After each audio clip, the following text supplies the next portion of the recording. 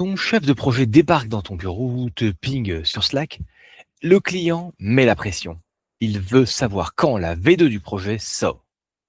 Et tu n'as pas vu les specs fonctionnels et tu sais juste que le design a déjà changé 3 fois. Bon, pour calmer les jeux, tu lâches allez, disons 2 semaines.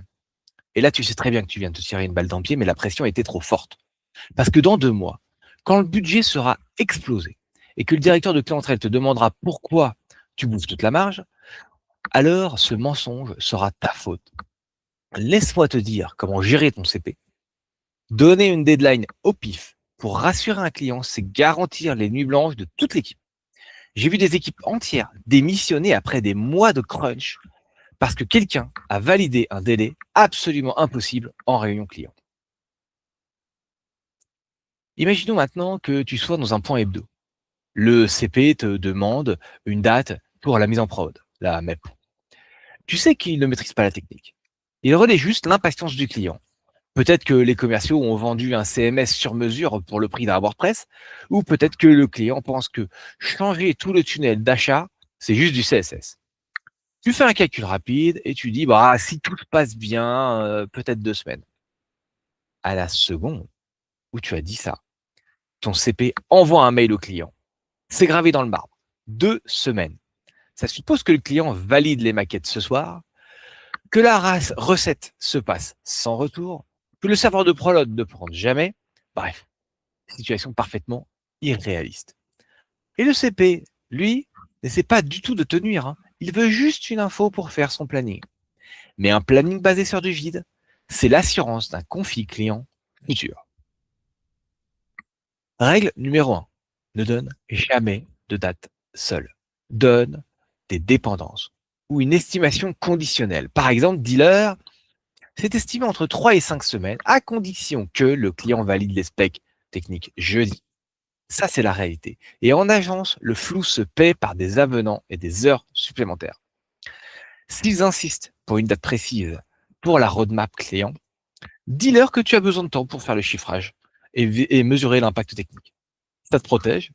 Ça protège aussi l'agence. Ça leur montre que la demande du client est un peu plus complexe qu'il n'y paraît.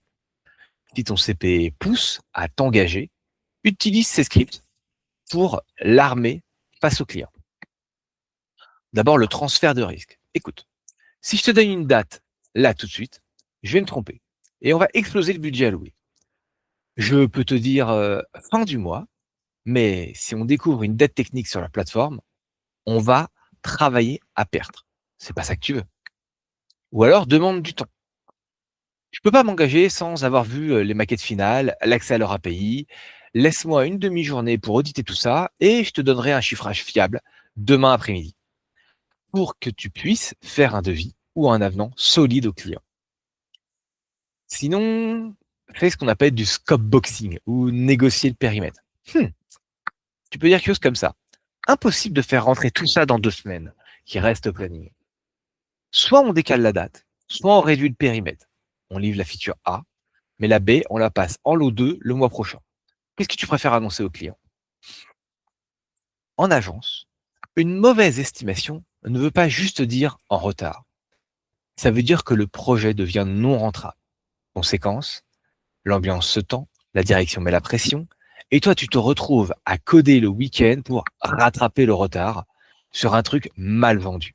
De plus, coder sous pression ou sous la pression d'un client génère énormément de bugs. Et qui dit bug, dit retour de recette infini.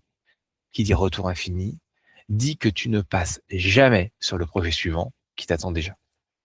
Ton job n'est pas de dire oui pour que le chef de projet soit content au bout de 5 minutes. Ton job est de donner la réalité technique pour que l'agence ne perde pas d'argent et encore moins la confiance d'un client. La prochaine fois que tu es coincé en réunion de prod, donne une fourchette, conditionne tes dates aux validations clients ou propose des découpes de fonctionnalités, lot 1, lot 2, lot 3, etc. Si tu n'es pas le frein, quand tu te comportes comme ça, sois convaincu que tu n'es pas le frein. Tu es le garant de la faisabilité. Arrête de mettre ton CP à l'aise avec des mensonges. Aide-le à éduquer le client avec la vérité. C'est comme ça qu'on livre des projets propres et qu'on rentre soi-même chez soi à l'heure. C'est comme ça qu'on fait le travail sérieusement.